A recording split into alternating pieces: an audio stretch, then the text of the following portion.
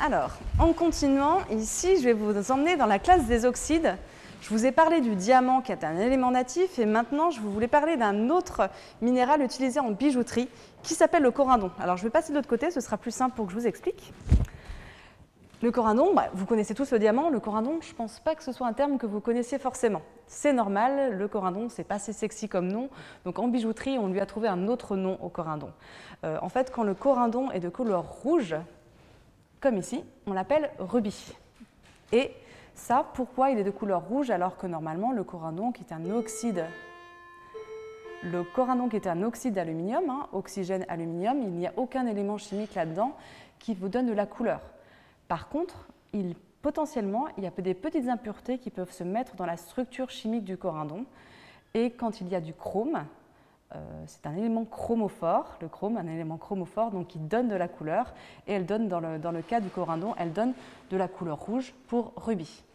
Donc voilà, corindon rouge égale rubis. Et en fait, quand le corindon est de n'importe quelle autre couleur, on l'appelle saphir. Alors vous, quand je vous dis saphir, je pense que vous pensez au saphir bleu, évidemment. Donc évidemment, oui, il y a du saphir bleu. D'ailleurs, quand on dit que saphir, par défaut, en fait, c'est que le saphir est de couleur bleue.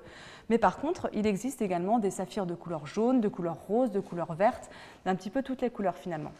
Donc là, pour avoir de la couleur bleue, c'est une autre impureté qu'il y a dans le corindon, et c'est du fer ainsi que du titane. C'est vraiment deux éléments chimiques qui vont interagir avec l'autre et qui vont provoquer de l'absorption de la couleur et donc de la transmission préférentielle de la couleur bleue. Donc voilà, et donc du coup vous connaissez la principale utilisation du corindon maintenant qui est pour la... non, en fait, non, pas du tout. Désolée. Non, en fait, la plupart des corindons, ils n'ont pas du tout cet aspect magnifique, gemme, transparent, avec de la magnifique couleur. Ils ont plutôt cet aspect vraiment hyper moche, il faut le dire. Là, ce qu'il y a de beau dans cet échantillon, c'est la forme parfaite. Mais là, vous voyez, c'est un gros gravier, quoi, en gros. En fait, le corindon, après le diamant, c'est le minéral le plus dur après le diamant. Donc, il est utilisé principalement en tant qu'abrasif. Peut-être l'émery, ça vous parle? La poudre d'émery, c'est une poudre abrasive qui est utilisée dans toutes les industries. Donc, la poudre la plus dure, c'est la poudre de diamant. Et la poudre la plus utilisée, la moins onéreuse, c'est l'émery qui va pouvoir abraser tous les autres composants qui existent dans la nature, à part le diamant. Voilà.